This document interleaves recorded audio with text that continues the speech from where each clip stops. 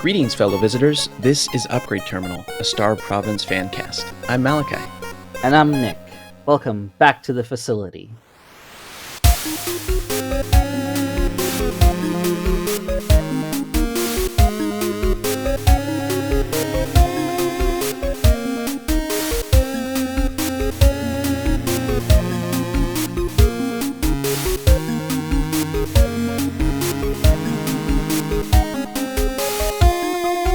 So, I think we've got a nice little episode ready for everyone here because today we have two guests with us. So we have, first of all, we have a returning guest, Bullet. Say hello. Hello, it's me, and you can understand me now. I have a proper microphone. That's true. Much Yay. better than the last time. Yeah. And we have a new guest for the show this time, Aki. Say hello, Aki. Hello, I'm an Ake, and also just Ake. Hello. Hey, Mhm. welcome, guys. Yeah, and for those of you who have been around the community for a while, will note that all three of us, myself, Aki, and Bullet, have been beta testers for Star of Providence back in the Relics of the Past days, and that's basically what the bulk of this episode is going to be about. It's just going to be us three talking about what it was like, with Malachi here providing some prompts and being a bit of a foil to us. But before we get into that, as per usual, we like to talk about something nice that happened to us this week. Malachi, why don't you start us off? Sure. So, the weather has finally warmed up a little bit here. It's still spring, but we're getting up into the high 70s most days now. So, I've been walking at night.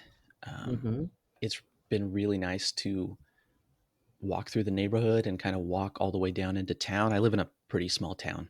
So, I've just been doing a lot of walking, about 3 miles a night, and it's super nice.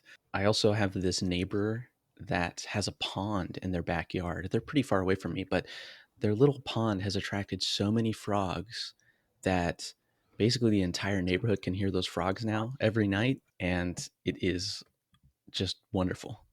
I really appreciate them having that pond. Will that pond yield mosquitoes as well? Time will tell. But for now, it's very nice because it's just a source of wonderful frog music. Yeah, the frogs will just eat them, hopefully. That's my hope. That's my hope. Does sound nice. What about you, Nick? So, I got a bit of a quality of life upgrade on my end. So, for the longest time, my desk chair has been kind of very.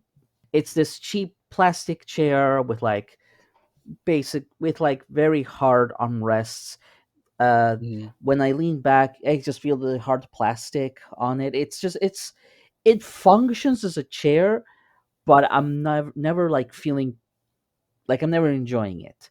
But finally, on Thursday, I got a new desk chair, and I made it yesterday actually, and I have a picture of it somewhere that I can share later. But like, it's a so Razer gaming chair, right? No, it's just like it's just a nice good chair with like a nice seat, nice armrest. I can lean back. Like upgrading one's desk chair seems so mundane, but it's like, no, this actually significantly improves the quality of your day-to-day life if the place you sit on is just so much more comfortable. And yeah, I've just really been enjoying that. It's been really, really good. And no more of that creaky chair.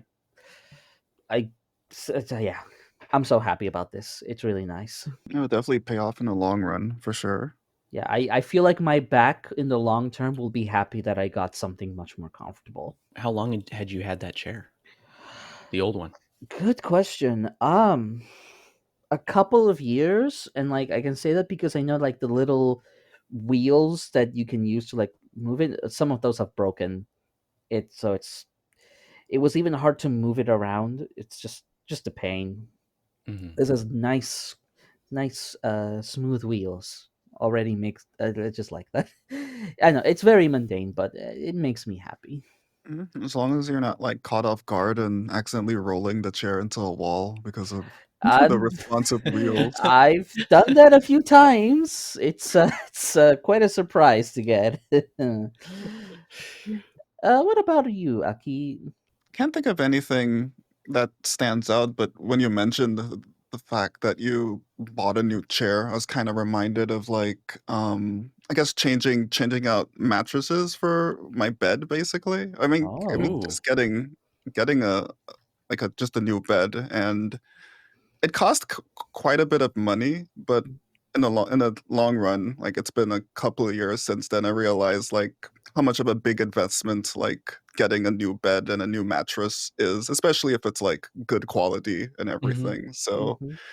I guess at that point in time, I was thinking like instead of like cheaping out on something and like having something that will be there for like a couple of years or a couple not a couple of years, but like a few months per Mm-hmm. se. Um, it's best to invest in something that will last you a few years. Mm-hmm. So Yeah, And that's like, great. Arguably it's way more important than an office chair it's because true. oh yeah, because you're basically like with a bed, that's something that's going to be with you every single day, and Mm-hmm. it unless for impacts your some sleep quality, right? yeah, of course. I mean, there's a bunch of other things I bought to improve like sleep quality and all of that, but I'm not going to get into the details on that right now. Mm-hmm. Unless unless that's the subject for today. But no, No, that's fair. Like hopefully, when you lie down in bed at night, you feel the difference. Be like, yeah, this was worth it. I'm glad yeah, I did like this. yeah, I guess like quickly mention those things I was thinking of. It's like a neck pillow. No more waking up with neck pains and like Mm, cramps anymore. Full size body pillow. It's crazy how good. I mean, how like that improves like sleep quality. Hmm. mm-hmm. Well, that's really nice. Yeah. I finally broke down at an airport a couple years ago and bought a neck pillow, and I don't regret that like impulse purchase. It's very What nice. kind? What kind of one kind of wraps around your neck like a snake? Yeah, Or yeah, kind of. It's kind of it almost looks like a neck brace, really, but it's just very comfortable. I should probably invest in that for some of my 5-hour long flights that are coming up in a few months. Yeah, Mm. Yeah. definitely worth it. Definitely worth it. And Bullet, do you have something nice you want to share? Hmm. Hey, you Yeah, did get a new microphone. You could I give play did. by play on that. This was like a few months ago. I just had my old headset. I'm not even using. It's just another headset with a decent microphone. Mm-hmm. I did also get Okay. better internet connection as well compared to last time. That was horrible last time. I don't remember if it impacted the recording too much, but it was bad. No, but I do remember like the old microphone. It was kind of hard to hear you. Yeah, I felt more the impact when sometimes we play games together. Like it used to be that some days he would just constantly keep disconnecting, and that was kind of annoying when we were playing like Risk of Rain 2. You would just kind of like disconnecting, yeah. reconnecting. Especially returns where I couldn't even reconnect. Oh right, yeah. Oh yeah, that was horrible. Well, well, thankfully it all feels much better now, and like, Yeah, and I it can even hear should you hope. better while we game. Yeah, win-win. Hmm. So that's good. Yeah, we've got a much larger amount of bullets in our ears now. Perfect. Well, I'm glad Well, you all have yeah, been improving your lives and adding good things to your homes. That's great. yeah, Hmm. true. So, the first question I want to ask, I want to know how each of you were brought on as beta testers. What was the process? What was it like? How'd it happen? Yeah, I believe the three of us were in like the very first batch. Yep. Yeah. So I think back then, Pure just like added like 6 or 7 people or something because we were like very active in the teasers channel. Uh huh. We were just talking a lot there, and he saw that we like care about the game and like are interested in the updates and stuff. I think he just like added us because he, I don't know, just wanted some active people who he knew would play the game and test it out and things like that, and not some inactive people. I'm assuming. Yeah, so we were Bullet, Aki, and I, as well as some other people, were all brought in like the very first beta testing wave in like the 23rd of June of 2018. So this was a year after the game had been released, Mhm. God, that's a long time ago. and like a year and a half before Relics of the Past came out. So we were part of the first wave, and I don't think Pure like DM'd me, but it was just like he gave us the role, the Yeah. no one role, and just Yeah, pinged us on the channel. It's like, hey, you're all here now. Oh, okay. yeah, Yeah, that's how it was. It wasn't even a forum or anything. like yeah, technically, I don't think he really asked us. He was just like, you're all here now. Yeah, that's basically how I got roped in. My goodness. Yes, we're here live on Upgrade Terminal as we learn together that the beta testers were forced to participate. Basically, yeah. We forcibly uploaded it to database. That sounds like something that the warden would do, doesn't it? Yeah. Does Warden have any say in the database stuff or I don't know if I'm sure he had some say, but I'm just yeah. imagining him like uploading all of you into his little Game Boy. Like, all right, don't mess with Chaos God, but I need you to beta test over here. You do enter a temple through a Game Boy, do you? Yeah, Yeah, yeah, yeah. Yeah. I always thought that was like a little reference to their other handheld. project. Yeah, handheld. Yeah, you learn like the weird thing about beta testing this game is that you eventually find out that a lot of what made it into the game is just in a sense them recycling a lot of old stuff but making it even better. Yeah. Like things from handheld, Verheim, Last Fighter D, like all of these things kept being, well, we did that here, let's put it here, and like into our like the magnum opus that is Star Prof. Hmm. Obviously, you all after you found yourself summoned to this beta testing secret room, you were all on board. But what Hmm. what what was that first day like? Like, what were you guys thinking or feeling? Do you remember any of that? I remember I was very excited, very keen. Like for me, what I felt like personally, and I don't know if this is true of anyone else, is like, but I felt like honored is like I knew I was an active community member and like I had already made myself a name, like, oh, I'm the speedrunner guy. But Mhm. I was just like, I'm just doing this because I love the game. And it felt a bit surreal to be like, okay, now unprompted, you're part of the beta testing team now.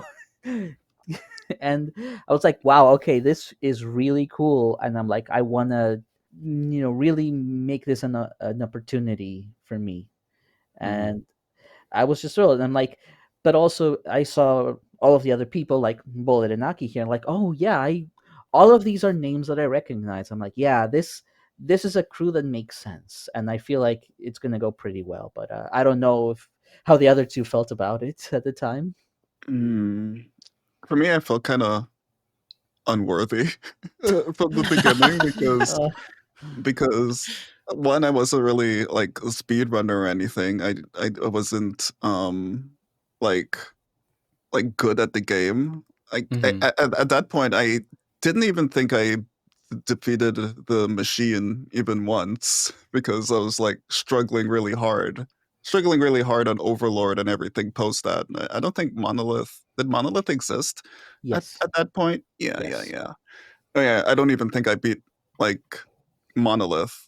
Mhm. The only things I had under my belt was I broke the game. I broke the game once. Like so broke the game once so much that they patched it to day one Mhm. instead of like people would report all the bugs inside of the bug reporting server, I mean channel.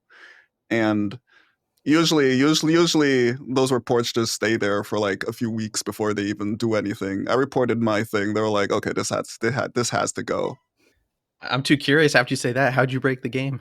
I mean, Was it the boss skipping thing you found, or was that something yeah, else? yeah, it was exactly that. And I think it was I think it was the thing that earned me that like role that I forever have on on the server, which is called like deleted or something like that. No, I think that might have come after. I feel Uh, like I feel like it was before or something, but probably while as I was like messing around with that bug, or maybe when they patched the bug and oh, I found a way to do it again, and they're like they're like, can you stop this? Or well, maybe they brought you in because, like, okay, this guy keeps breaking the game. We should bring him before we release the I think content DLC. I think what probably prompted them to like, I mean, I can't really like assume what they were thinking when they brought me on, but if I were to guess, it's probably because I had some sort of fundamental understanding for a bug once I notice it, because Mm. with that one bug I discovered with boss skipping, it happened on accident like more than a few times, and I was like, okay, what's going on here? And I watched a couple of streamers, and I noticed that they also encountered it, but they never actually like thought of it or anything like that.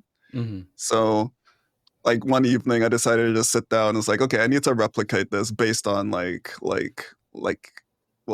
plus 2 or A plus B, or what. Like I was trying to come up with a theory on why it was happening. So one time it happened on accident. I was like, okay, I'm gonna go in and investigate this. Like how the bug worked was, I mean, does anyone want to know how this works? Like, I Yeah. don't Yeah. know. Yeah. It's it basically it basically like throws bosses in what I would call like a kill zone or a kill box. And what that means is like anywhere that is like off screen like gets quote unquote like deleted until they are respawned. But there are like certain things that like kill things like permanently. And it's something I kind of picked up while I was doing like game development at some point, like to save on memory. Like Mhm. for things off screen, they have to be sort of like deleted in order to like keep the frame rate and stuff consistent. Mhm. So when I saw it happen the first time, like I assumed like a boss went off screen, and because they're like in that zone off screen, they just instantly die because that's how the game is programmed. And also like since like since I'm guessing they never assumed that would happen to bosses, so happen to bosses, they wouldn't like immediately respawn once you go back into their zone. So,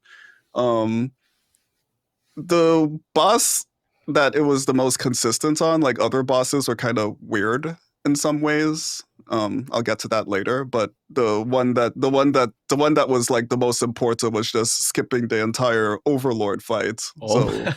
So you, you had to basically blow up the door, and on the same frame the door blows up, you just leave the room. And because of that, that Ah. like makes the boss appear, but the boss appears in a room, like it appears in the exact same room that you move in. So because that like room that you move in does not have the same parameters as like a boss room, like locking you in and all of Yeah. that, you're free to just leave the room again. So once you leave the room, the overlord is still in that room, and he dies because he's inside of the dead zone. So you Oh, go back, and then you go back in, you collect your boss rewards, and then you move on. It's like cool. wow. I found this I found this game-breaking bug. Let me report this because this will be pretty bad for the speedrunning scene. Yeah, I So imagine Overlord being so upset when you do that. He's like, "No, not again." he's all, now I feel even bad considering all the Overlord lore that we have now. It's like, damn, this poor boy getting bullied. I Yeah, he's like, failed. "Yeah, I failed again. I faced Inaki and I failed." No, I feel like if Overlord saw me doing that, he'd be like, "Nah, I can't let that stand. Best out of three."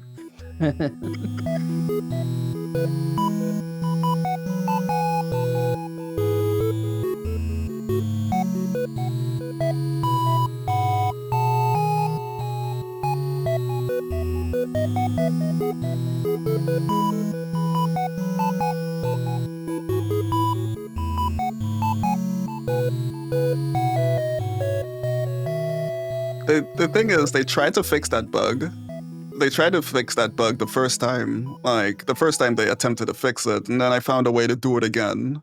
And and I kept on trying to like do it again and again, over and over again. I think they were done after the second time, but my brain feels like it's, I don't know, in a better place knowing that they probably try to fix it a third time, but I'm not gonna like over assume. But that's exactly what they would want, though, is like, okay, we need Yeah, a beta tester who will like really sit knuckle down and be like, can I break this?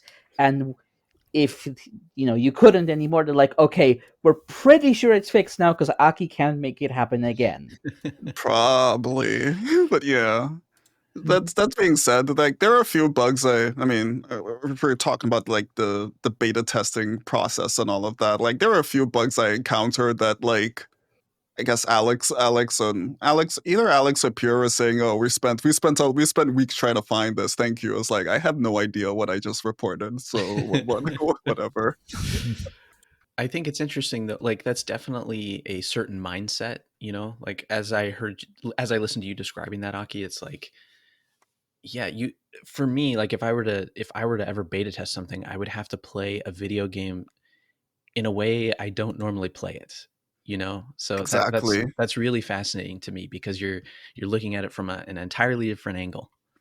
Yeah, like game, like it's kind of hard to like shake it off. But sometimes when I play a game, sometimes it's just lines of codes, lines of commands. Uh-huh. Like you do this, the game does this, does like it, like if a particular thing isn't working, it's like, well, this line isn't set to true or false, blah blah blah. But that's all just coding stuff. I don't experience this with video games. So what this reminds me of is I learned music growing up. Uh, I played several instruments, and I have a friend who, when they listen to music, they don't listen to music. Like they're not listening super closely, and they kind of just put it on and they enjoy it being in the background.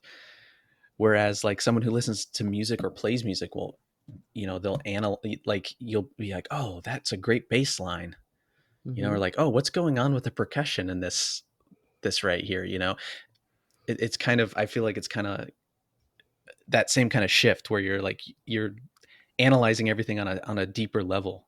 Most Hmm. players just go right past that stuff. Yeah, that's a fascinating comparison, like especially with music. Like sometimes when I listen to a song, it's like, why does this particular chord make me feel this way? And like I don't really go deep to try to understand why, Mm, because like I've been kind of exposed to video games like logic for a while that I don't want to have I just don't want to learn the quote unquote magic trick behind it. So the illusion of being like immersed is like lost. Like I don't want to like. I mean, I don't know if it'll make me appreciate the thing more or less, if that makes sense. I yeah. would be inclined to say that it just makes you appreciate it more. It's like I'm the way I look at it more is because I'm more experienced with it, is like learning a magician's magic tricks. Like, it looks like magic, but like you can know how they do it. Like, just an example, like, oh, the cups and balls trick, like, oh, where's the ball? It's in this cup. No, it's in this cup. No, there's three more balls. It's an illusion, and knowing how it's done does not detract from like, oh, that's really cool. Oh, that's really interesting. Like, it's fascinating to see how it tricks you, right? Yeah, Which is why, like, I find learning how games work on a technical level interesting. It doesn't make me feel like, oh well, the magic is gone because I know how it works. It's like, no, I appreciate even more the way game design works that makes it possible to feel that way in the first place. yeah. I'm kind of glad that you're like appreciating games in that way because I remember back then when I was even talking about this bug back then, like you were like I feel like you were like really, really confused on me trying to explain it and uh, all of that. but this would have been like what, 7 years ago, and like Y- I'd like to Yeah, believe I'm a little bit like more savvy on those things now. yeah. I believe that for sure. Hmm. Yeah. Yeah, that answers a long way to question on how I entered the fray. Okay. I broke the game. And you know what, Bullet, you got anything to say in that regard? Hmm. I believe I was kind of like I was trying to talk extra because I felt like, oh, maybe if Pure sees me talking this much, he'll select me because I'm active. And I remember I was flaunting that I was testing for the Binding of Isaac back then. Mhm. So Ah, maybe he thought, oh, this guy also has experience. Maybe I should like put him in. yeah, he would easily be able to tell you can deal with a lot of shit. Yeah, shit, tears, sweat, all that stuff. Uh, You were in wave one, right? yes, I Yes. was in wave one. Okay. But yeah, I think it was mostly me just being very active. I was like kind of hoping, like I wasn't really surprised like the others. I was just like, oh, I'm gonna talk a lot because this will increase my chances of getting picked, and then it worked out, I Yeah. guess. Yeah, like because I think at the time we kind of okay, we knew that there was going to be a DLC coming out, and we Yeah. kind of knew that there would be beta testing, but like in close beta testing, but we just didn't like there was no to make it clear to people you couldn't like submit like or like request to be part of it. It was just like we'll just select people when the time comes, and Hmm. there was no announcement because I think, and you guys should correct me if I'm wrong on this, at the start at least, we were kind of being told like, you know, don't talk about this like too publicly, just like keep it on the down low a little bit. Yeah, yeah, NDA, you know. Yeah, but technically there was no NDA contract. Like there was no legal enforcement. It was just kind of like as an honor system, Yeah. keep this on the down low for a while. So, and I remember it was a little weird because for a time, especially when I was talking to my friends Laura and Nerd, they were talking about the beta, like, oh, the DLC is coming out, it's really exciting and beta testing, and I had to just be like, yeah, would be really cool, and just like kind of not disclose the fact that I was already part of it. Like, not really for me. I don't think, guys. Now It was I couldn't lie to them like that. Obviously, I wanted to. I was always thrilled, but it was like for a while, it was kind of like just keep it on the down low for a while, and then eventually we were told, yeah, you can just talk about it. It's fine. It's cool.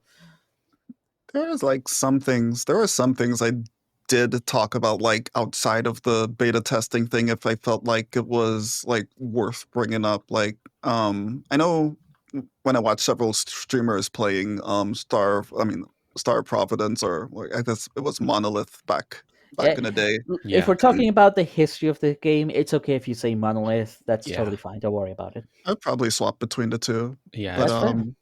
yeah. I remember like watching a few streamers playing it, and whenever they would bring up something that I felt like, bring up something that were 100% fixed in the beta, I would just bring it up. It's like, oh, that's gonna be fixed in the beta. Don't worry about it. Mhm. Gonna be fixed in the next update. Like, don't worry about it. So Mhm.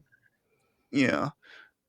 Otherwise, like, I didn't really bring up like new things that I'm like, oh, I can't wait for them to see this or I mean, one thing that has remained consistent is like, okay, talking about fixes or quality of life stuff, that's fine, but like legit new content, that's a absolutely do not talk about it message from the devs. It's like, yeah. like, Unless unless they teased it in the teaser trailer mhm, channel, but yeah. yeah, but like talking about Chaos God, that was a do not talk about Chaos God. Chaos God. Oh yeah, that boy came with relics of the past. What was actually new in that? Like temple. Temple, Nowhere, Hearts, Cartridges. Uniques, Scully, AB, Blessings, Blessed and Cursed Weapons, the Mirror with Practice Mode, and the Reports, and Hacking as well. Geez, that question just activated Nick's encyclopedia mode. And Uh, also and also in some minor note, I guess suspending your run basically, or Suspend yes, yeah, saves. yeah. yeah, Oh, which okay. was kind of just an addition to make beta testing a little bit easier, I think. It's Alex's worst Mm. decision yet, probably. Oh yeah, No, I want best to. decision. I want to put it on the record that of all the Alex and Pure, like who were like basically the main team back then, very competent, but like the one thing that Alex was tremendously paranoid about was saves breaking. That was the one thing that Alex lost sleep over. It's like, oh my god, this thing has to work, and there's so many things that could go wrong with it, and like that was the one thing that made Alex like almost scared. It's like this Yeah. has to work. Huh. Oh, so it was actually going to be a legit feature. I thought it was something they added for just to make testing things in the beta easier rather than like, oh, it's going to be actually in the release of the game. I'm guessing it was in the game for so long, it's like it would probably be too much trouble to remove it. But also I think it's because they were going to add 2 whole new floors, and like the Mm. length of the rounds could be much longer. It started to make more sense. Like, well, we should have a suspense save for players. It's a Yeah. quality of life thing. Yeah, there was a game on PlayStation 5 called Returnal. I don't know if any of you have heard of it I've or heard you played it. talk about it. It is on I've PC seen, now. yeah. It is on PC now. Awesome game. Highly recommended. But it is a roguelite game. And when it first came out, there was no save suspension, and it was really frustrating for people because the runs were long enough that, I mean, it was really disheartening to lose a run. And Star of Providence runs are not as long, but like I think that feature, like I'm glad they added that because I think it just opens the game up to a lot of people who may not have otherwise played it. Mm-hmm. It's low key kind of exploitable, but yeah, whatever. It's kind of exhausting to exploit it though. It's like it's really frustrating. The attitude I take is like I would rather spend the time and effort to be good enough that I don't need to use it, rather than just reset, retry, reset, retry. But that's just my take, you know. Yeah. I remember back then I mostly just used it to save time getting to the stuff that we actually had to test, like the fourth floor version of Temple. Yep. Temple, it's like, okay, you need a multiplier in order to get in. So like whenever I would fail that multiplier, I'd just reset just to get in there to start doing like testing work inside of there, because there's no real feature to like jump to where you needed to in the beta. I think like at some point they were debating like adding such a feature, but they kind of backpedaled on that idea. I know the devs have their own build that has a lot of dev tools or dev commands Oh that yeah. allow them to do that, but we were never granted that. It was always like you're doing things legit the slow way. Grind your way through it. Yep, pretty much.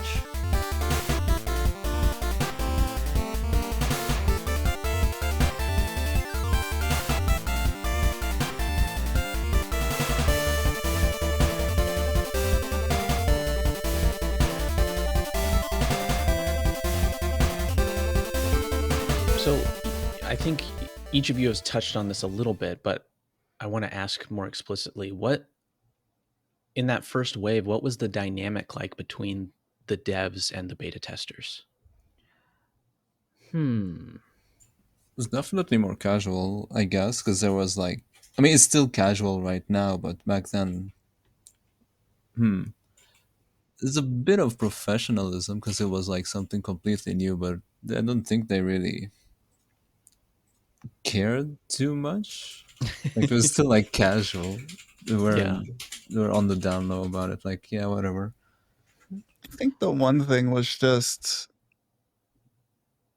I mean, not to criticize or anything. It was just like them figuring out how to better communicate the things we needed to actually like work on, rather than Mm-hmm. here's a new branch, no information on what's in it, and then we Yeah. have to just figure out like what was new. Yeah, Oh, interesting. I would keep asking like Pierre, like, do you want me to do something in particular? Is there something I should be looking for? You know, And then just winky face emoji in reply. more like smiley Oh, face, and smiley face is more pure style. It's like, oh, new branch. I'm guessing that other bug we reported earlier was fixed. No, it's still in here. So what was actually fixed? We don't know. yeah. There was never any patch notes. Almost, I don't think. So it was a bit of a mess figuring out what got changed. Also, something that perhaps the people don't know, and Malachi might not know to ask. So nowadays, the IO beta was done through Steam as an official beta branch on the Steam version. At the start, it wasn't like that. Oh Basically, wow. Pure would just send us an modified executable of the game, and just be like, run this directly, not through Steam. Oh my gosh. Yeah. So like up until what I would call beta version 8 was the first time I think we have finally moved to Steam beta. And like the version numbers are just kind of something I made up for my own organizational um, peace of mind, because what I would do is like Pure would keep sending us these executables. I'm like, okay, I'm gonna save all of them, make folders, and name them based on like more or less what changes are, and I still have the beta versions in my hard drive, and they are Mhm. just playable with no Steam. They Hmm. will completely fuck up your saves if you try to use them, but yeah, it was like that. So we did not. So for a long time, it wasn't even through Steam. It was just like, here's an executable, have fun. I am so surprised that my saves even still work after all of that, because there's always these warning things like make sure you back up your saves, and sometimes I forget. And there was a couple of times where it refused it to load. I was like, okay, I guess my save is dead. But they ended up fixing all of that as they went along. Alex really tried his best to make sure that would work. Well, Yeah. that's a level that to me that feels like a level of trust I didn't know they had in you guys. You I know, like mean, that's I don't know why. That just feels so different to me. Like sending you guys an executable, like, hey, here's the game. Like that's amazing to me. I mean, they weren't sending us the source code or anything like that. It was just Yeah, an yeah. executable. I mean, yeah. and like, let's be fair, a lot of the times the executables would come with like game breaking bugs or crashes. So it's not like, oh, we have a beta build, let's leak it out. It's like, no, this thing is not playable sometimes. It just doesn't work. I'm so glad that they do it through Steam now, because it's Yeah, easier to keep track of. there were a lot of amazing builds. Like one of the first builds ever, I think, had completely messed up audio. Like Yep. audio was like you were playing a randomizer game. Like shooting would play the Monolith end of Monolith theme, I remember, and I some don't even weird shit remember like that that. one. It was insane back then. Yeah, I think like this sound IDs got completely jumbled up, because like, or like, I think the lobby theme got replaced by the sound of like something breaking. So you load up the game and just hear click, click, click instead of the lobby theme. Yeah, yeah. That was a hilarious build. Like, that was actually really funny, and like still super broken, but it's hilarious. I don't think we get builds broken like that anymore. They've gotten too good at the game to deliver something like that. Sadly, yeah. Was there ever a time that the two camps disagreed, like the devs and the beta testers? Like what kind of discussions were going on about the beta? I'll let Aki go first. Yeah. Okay. I remember um focusing specifically on one of my favorite weapons that came out of that branch, which is the drill. Mhm. I thought the drill was really cool. Like it went through walls. It was like, I mean, it's Gurren Lagann. I like Gurren Lagann, even though it's Yeah, like yeah. not quite the same thing. But I remember like winning my first monolith run with like the monolith, the boss itself, with triple drill homing. Yep. Uh, and um and I guess my second one was with the Crimson Lotus, and that was kind of before they nerfed like how slowly the ammo would go down and all of that. But I remember I remember it feeling like, well, this weapon feels like super powerful, and I was like, okay, let me bring it up to the devs. Like, are y'all sure y'all want to release the weapon in the states that it's in? And Pure was like, "Oh, it's fine. People let people have fun with it and stuff." I was like, and then I was like, I mean, it wasn't like a big debate or anything like that. It wasn't a back and forth. Like when Pure Yeah. said like it's fine, it's like, well, I kind of moved on from it. I was like, okay, maybe it's fine that this absolutely busted weapon is gonna be in the game. And then a streamer, SD9, I can't, I'm not so sure how to say like Yep. their SD8, name. SD8 9. SD89, yeah. Um, streamed the game. I mean, streamed the DLC when it released, and that was one of the first weapons that he found in his run, like triple homing drills, and he absolutely demolished the game with it. It was like ridiculous how fast it melted like every single boss in the game. And I was like sitting there in my chair, leaning back. I was like, I wonder what Pierre is going to think about this. And then Pierre in that chat was saying, "It's like, okay, we're going to nerf this weapon tonight." Yeah. You're like, yeah, I tried to tell you. It's like I've been telling y'all for a while this weapon's been busted, but it's like, oh, well, whatever. It wasn't like I said, it's not a big disagreement. I wasn't like challenging the devs or anything. Like I was kind of happy I had a weapon I could win the game with, but um, I would yeah. say in general, a Relics of Into Oblivion focused a lot more on weapon balance than Relics of the Past did. Relics of the Past was a little bit looser in that sense of like, yeah, this is fine, yeah, it'll do. And then Into Oblivion was like, okay, let's fix all of the weapon balancing things we did not do in Relics of the Past. Hmm.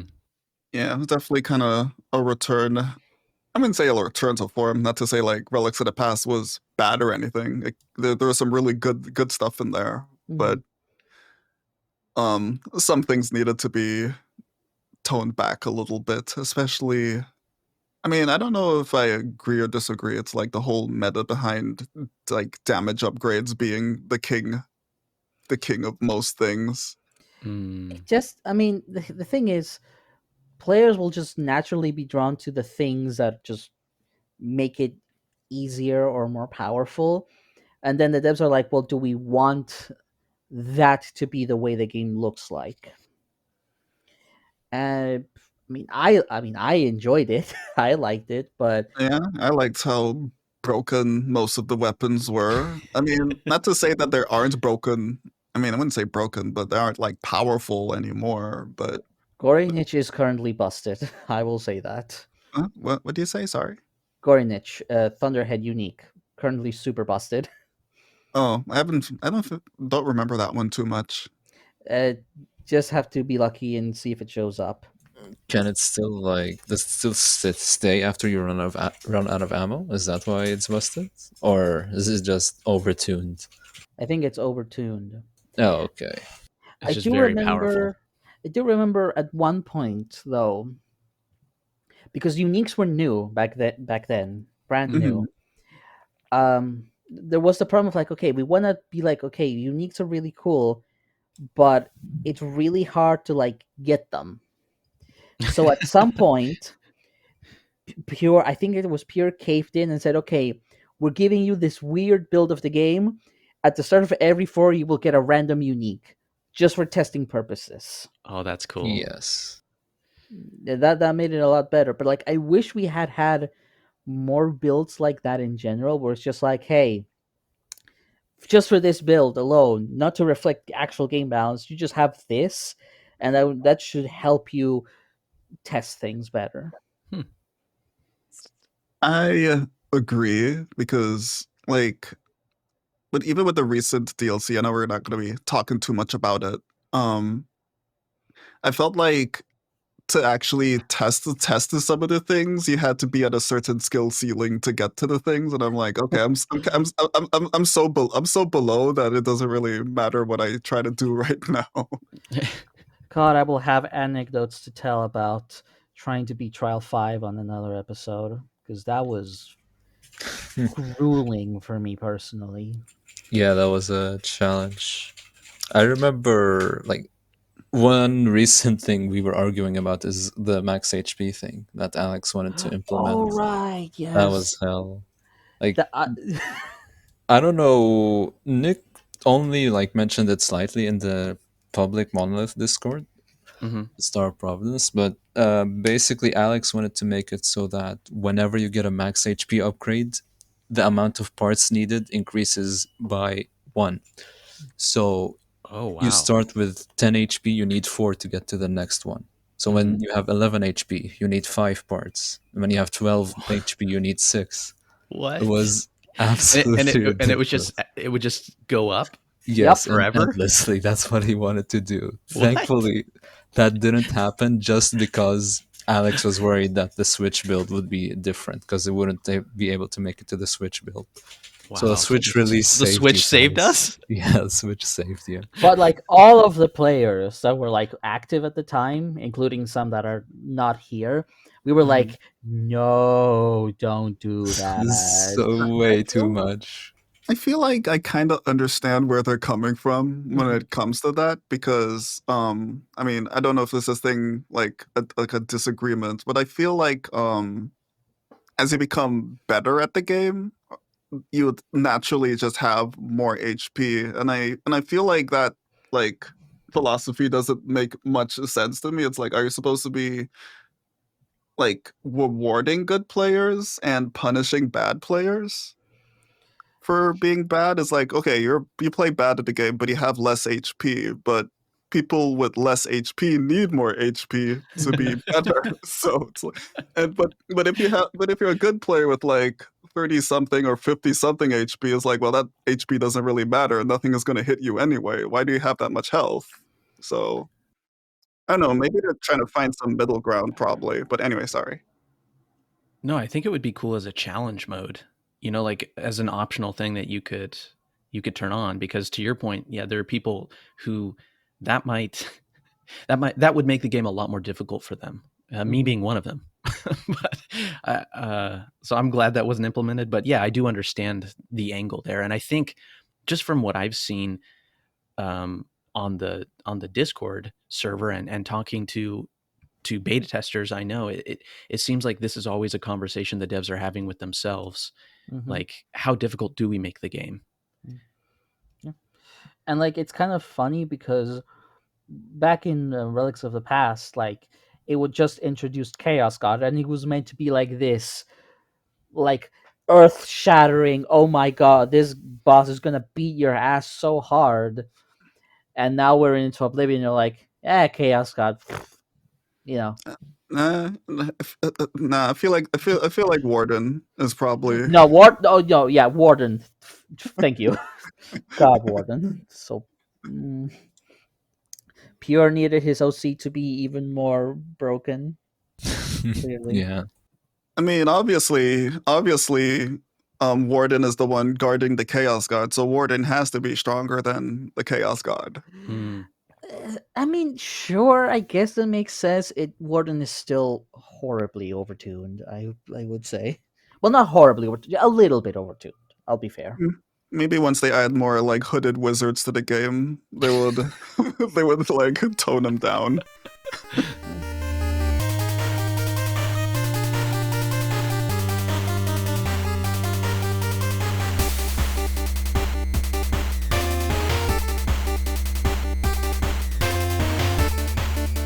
Another question I have for you guys: what do you think was the most challenging aspect of testing for you? Was there anything you found challenging about it? I mentioned it before, like I said, it was just the like it's like making the skill ceiling like higher and higher, Mm. and I guess me not being able to keep up with the other testers. It's like, okay, what am I testing? I have to get to the things I need to test in order to test. But it's like I'm not good enough at the game to do it. So it's like, well, um, which is kind of why I fell off on like beta testing for the current DLC. But Oh, that makes a lot of sense, Aki. Yeah. The thing is, though, and like talked about this with Taylor as well, is that most of the beta testers are people who are pretty good at the game, and it makes a kind of sense. You want the beta testers to be people that can test the stuff that you're adding that's going to be on the high end. But the devs also do need people who are not like going to beat everything. They need to have the perspective of players who are perhaps not as advanced or not as skilled, because they Or need go on. I was gonna just say. it gives them more perspectives, and it helps them realize, okay, well, sure, the pros are just beating all of these boss fights, but what can we reasonably expect from players that are not at that level? And so there is still value in being a beta tester, even if you're not as, you know, even if you're not on the same level, because you are providing the devs with useful information in that Yeah, regard. I suppose that is true because like there are things there are things like I can see that like people that are breezing through things like can't see or won't Mhm. see. Yeah. So Yeah, I that don't- makes sense to me. yeah. I'm glad that I'm glad that you were you were there to give your voice on those kind of things, Aki. Because I'm no, definitely not a high level player, and so I think that yeah, I think it's good to have that representation. I wouldn't even consider myself high level. It's just I just YOLO everything. I've seen you play. You play very like carefully, conservatively. You get a ton of HP. It's like damn. It's very rare that I see my HP at 25 because I get hit a bunch. Yeah. But I guess I also see HP as a resource. It's like, oh, I'm gonna get hit, Yeah. but I'm Yeah, I gonna mean, kill the thing before I die. that's how I speedrun this game. It's like I have 10 HP against Overlord. All I need is one.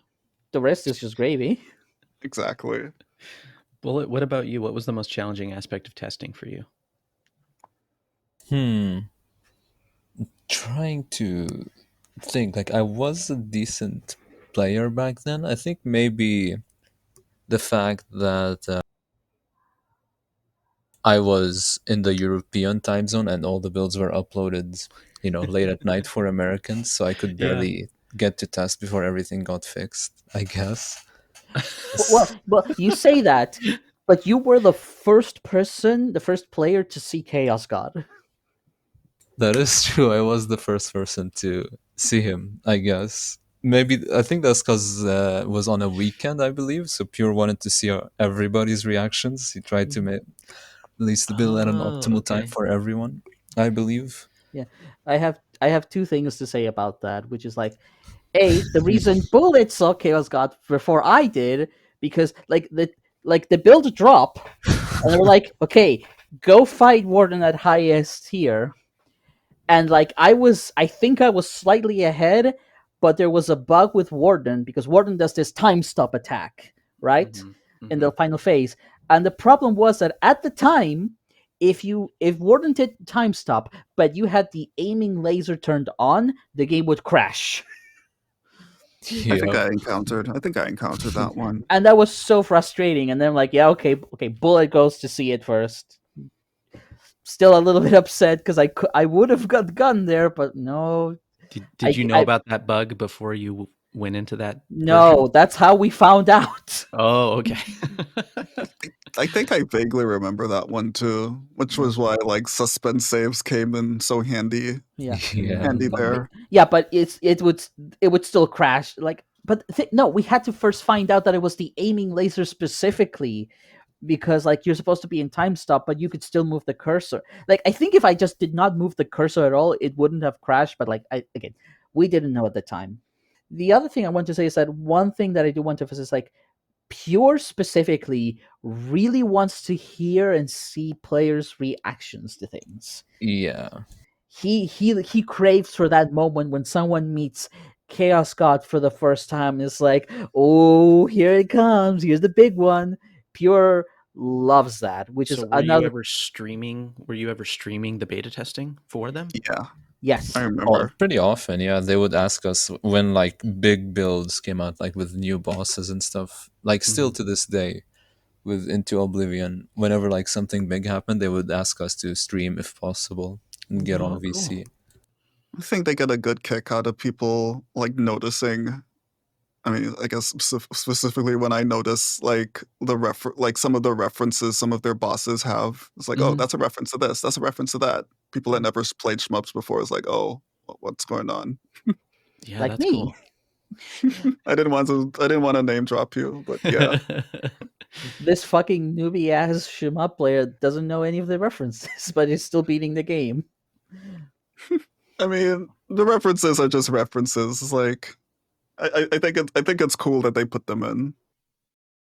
Real quick, I want to say I posted a video of the broken audio build. I recorded it for about 4 minutes. There's a video of me going through floor 1 with the fucked up audio in the Discord. So if Oh, you'd like to watch that later. that reminds me Truly, of another bug. Like Relics of the Past also introduced a trader, and like the trader again. Also, for people who don't know, at one point in time, trader took 40% of your max ammo. It I was forgot. oh so yeah, bad. It was For the so same bad. bad deals. oh The same yeah. deals, but now even more expensive in terms of ammo. It was awful. But No wonder. No wonder I kept ignoring the trader. That's probably why. That's not a traitor, that's a thief. but the thing is, also at the time, there was no check on trader if like you would end up with 0 max ammo. And what happened one time is like I was playing with Chaos, who technically always has a weapon, Mm-hmm. and I took a deal with trader that ended finished with 0 ammo. And I'm like, okay, what happens then? So I go into another room and I instantly hear at max volume the sound of the weapon breaking being triggered every single frame. Oh god, that hurt my ears. That sounds awful. It was off, like it was legitimately like extremely loud. And I just remembered, God, that was not a fun bug to find. Like they fixed it eventually. Nowadays, the trader will just not let you take those deals if you don't have the ammo for it. Mm-hmm. But man, that sucked. So after that, did you always turn the volume down when you're playing new beta builds? They no, I just trust. They just trust. I think at some point they told me, yeah, that's fixed. It's not going to happen again. Thank you. It's like that was irritating. Really reminds me of a lot of sound effects that are kind of louder than normal being in the game, especially with the. Shotgun. I think they toned it down, but I guess the ice block appearing like sound effect being prevalent in like uniques like the snow blower, and you're constantly hearing that like icicle sound like loud, like literally louder than everything else. I think they toned it down at this point, I think. Especially because you can spam click a snowblower, and it will Yeah. just be a beep beep beep beep beep beep beep beep beep beep. Beep.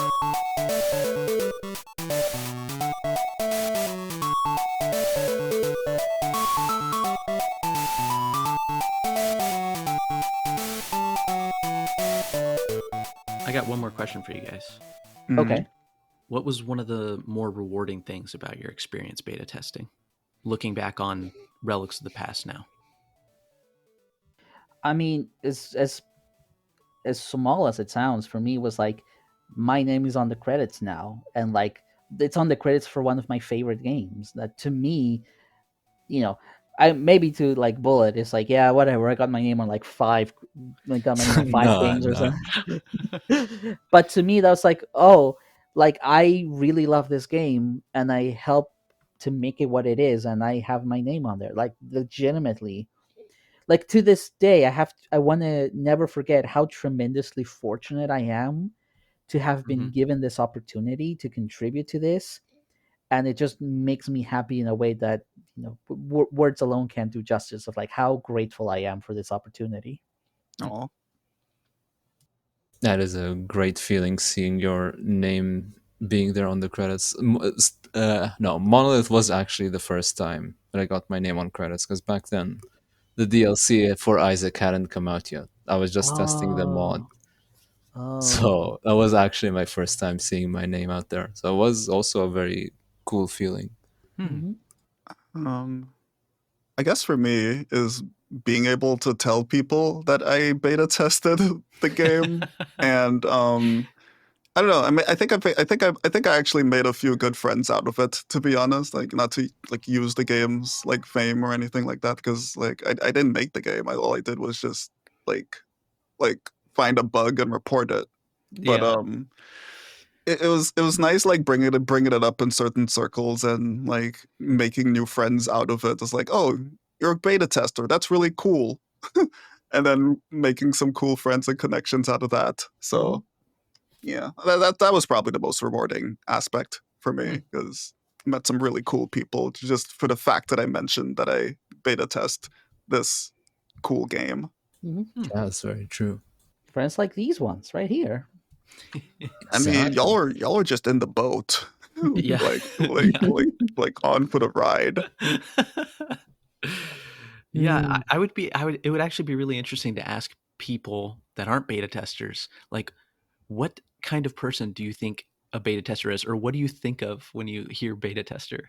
I'm gonna have to do that. I'm gonna have to ask some people, like, what is that? Because I think your comment, Aki, makes me like, if someone told me that, if someone said I'm a beta tester, you're right. Like, I think a lot of gamers, people that play games, will be like, oh, whoa. Well, that sounds really cool. Yeah, like, whoa, that's really cool. It just felt very satisfying to feel like, oh, I'm part of like this cool crew of gamers that are sort of, working together to make this game that's amazing even better, Mhm. and I will say it was definitely surreal for a moment to feel like, oh, I have a direct line to the developers of this game. I can just ping them and be like, hey, you should make this, and slightly terrified at the fact that maybe they'll listen to me because sometimes I feel like I don't really know what I'm talking about, but I still have opinions. Yeah. Well, talking to all of you, there's kind of a dearth of kind people on the internet, and I think that Team D13 was really lucky to find people that they could trust on that level on the internet, and that are so good to work with. So yeah, I'm glad each of you ended up beta testing. Hmm. I agree. Yeah, thank you. It's nice. It's just, again, very fortunate and very lucky that this happened. Mm.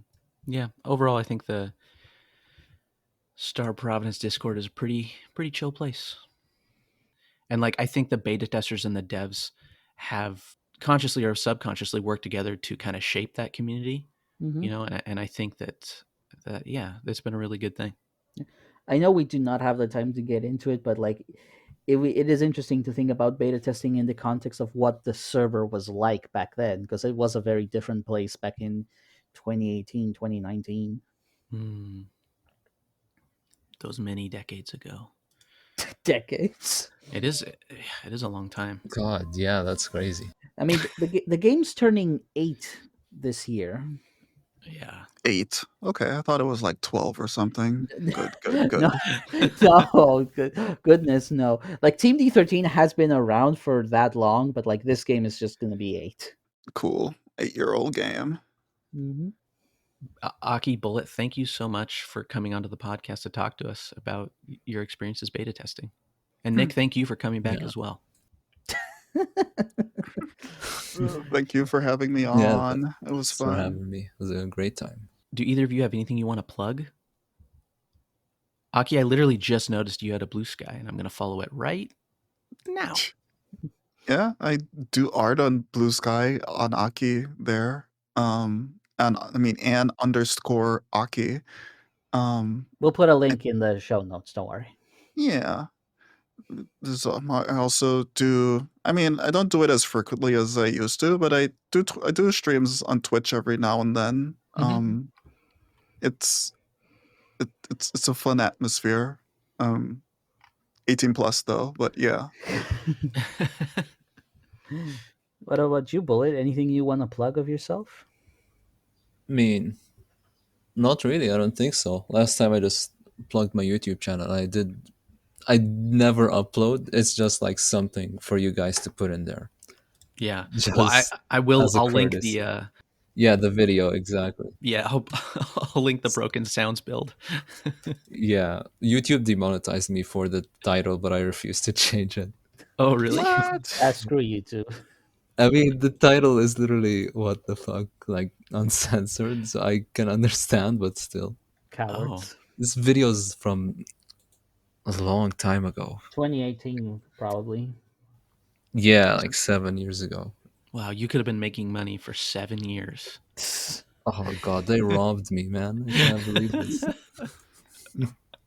15 cents on this video, lost.